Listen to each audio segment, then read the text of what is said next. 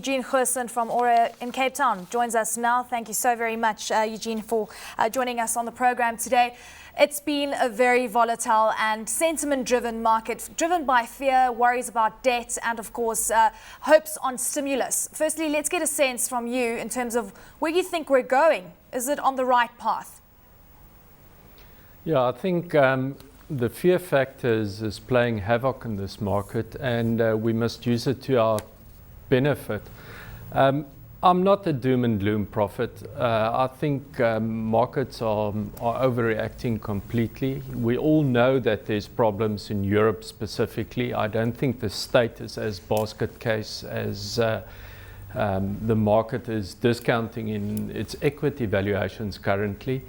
I think the average growth that we're going to see over the next year or 2, 3 out of the states is going to be mediocre but not bad. And I think the emerging market side of the world GDP numbers are not looking too crappy, and they've got a reasonable amount of ammunition to play with. They've been hiking interest rates over the past couple of months. Yeah. So from a foreign perspective, I think things are okayish, and we know what the risks are and we know how to manage them. Now, Eugene, what do you think is necessary? What do you think needs to be done to get rid of the sentiment? Because we all know, well, we hope that markets eventually follow fundamentals. And I agree with you on the fundamentals. I mean, it's not disastrous, and we've said this so many times. But what do you think must change the sentiment? Well, sentiment is not something that you can simply say simsalabim and it changes. I think we need stability. We need the big role players, especially your politicians, to start playing their cat and mouse games. And we saw that in the States with the budget issues, and we're still seeing it between the Germans and the rest of Europe, or the Germans and the French. So we need stability and certainty to come through into the market itself. And I think the most important thing that will change sentiment is time, because we are slowly but surely going to see things, e.g. the States, going to turn around very slowly. It's a big ship. And as we start seeing growth stabilizing in the States over the next 2, 3, 4 quarters, we're seeing a little bit more consumer spending over the time, and then slowly we'll most probably start seeing job creation. We're not going to see job creation over the shorter term. So I think it's going to be a very slow process, and we must use the opportunity. Eugene, let's touch on some of the stocks that you've highlighted for this evening. The likes of Sasol, which is sitting at a PE of around a forward PE of 7.3. A currency play in a sense, and an oil play as well. If we do see a recession going forward, if we do see a double dip scenario, that means that the oil price is going to come under significant pressure. We know from a valuation perspective, and it's also one of the best loved stocks basically in South Africa. Give us your argument behind a Sasol investment. Okay. So I think the first point is I don't believe we're going to see this double dip recession. The probability of that is about 10, maybe 15%. And I think that is important. Remember, Sasol is very geared to the currency, so it's a nice hedge in terms of the currency for yourself. And it's a nice pure oil play. So it's actually a play on world growth. Where one's got to be very catfoot, now I specifically selected Sasol because of the themes around it, is that the currency can bite us very severely.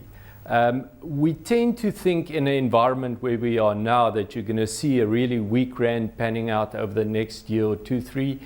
And in a growing world environment, you're most probably going to see let's call it a rather stronger or maybe a little bit more stable rand panning out. So the oil play is very important. What I like of Sasol is it's got a very strong balance sheet. It's pumping cash, and it gives you nice stability in a portfolio. The share might be jumpy, but you must tolerate it. What are your other positions? Which other shares do you like there, Eugene? When I think The other point, or the other share that I mentioned, was in the consumer side, and specifically consumer credit. And I looked at Lewis. We can also look at something like JD Group. They're not darlings currently, but I think the sentiment in the local market is that the consumer is completely shot. And I don't think that is the case. I think over the next 6 to 12 months, your consumer spending patterns will increase. You know, if you just simply look at the affordability of credit, so if we look at the cost of credit currently for the consumer, it's at excessively low levels, even though the consumer are reasonably geared. So I think instead of paying up PEs for your consumer stocks, your stable consumers, your defensive stocks, I would slowly but surely move into the more credit-driven consumer stocks. And then something else that I think we must also start noting is that the platinum counters have been nailed, and it's just on the back of global sentiment. And I think we're slowly but surely starting to see value in that range as well. I mean, I know that you're actually alluding to Anglo Platinum. So let's just take a look at that stock in particular. Many say that rather be exposed to a diversified miner, you mitigate your risk, and of course you get exposure to a basket of metals. Is that not a safer play, or do you think that Anglo Platinum is actually the way to go? I don't think it's necessary about how safe the play is. I think it's what the bigger picture in your portfolio looks like. So yes, I do like Billiton and Anglos. I do like Kumba as a pure play as well. But I think the theme that we're seeing from the platinum stocks is that the guys are focusing on US auto sales. They're ignoring Chinese auto sales. They're ignoring the Chinese economy in totality. And I know they're not that exposed to platinum to the same extent, and that Europe are dead in terms of diesel producers. But I think the discount that the stock is trading at from a PE point of view versus its longer term trend is just getting at a level that is getting too cheap for me. I think the big fear there is that the guys got serious cost problems and that could escalate. So that's the risk of the stock. Eugene, you're not worried that the average PE on the platinum shares in itself is too high? I mean, I agree with you. They've obviously come down hugely, and the PEs have dropped from 25 down to 12 or 13.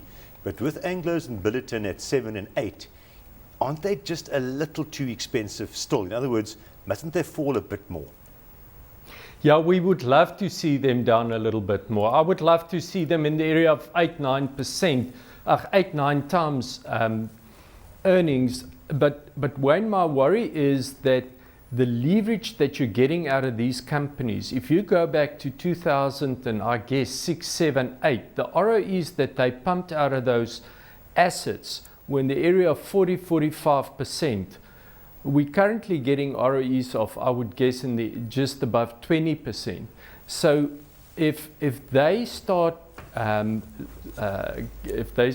leveraging up and they can just push their ROE back to about 30-35, they would pump cash, and I think that's where the opportunity lies. Fantastic, Eugene. We have to leave it there. Thank you so much, Wayne. Sure. We have to leave it there. Thank you so very much. We've run out of time. Eugene Goosen from ORA. Of course, Spencer Financial Services was, of course, absorbed into ORA Fund Managers.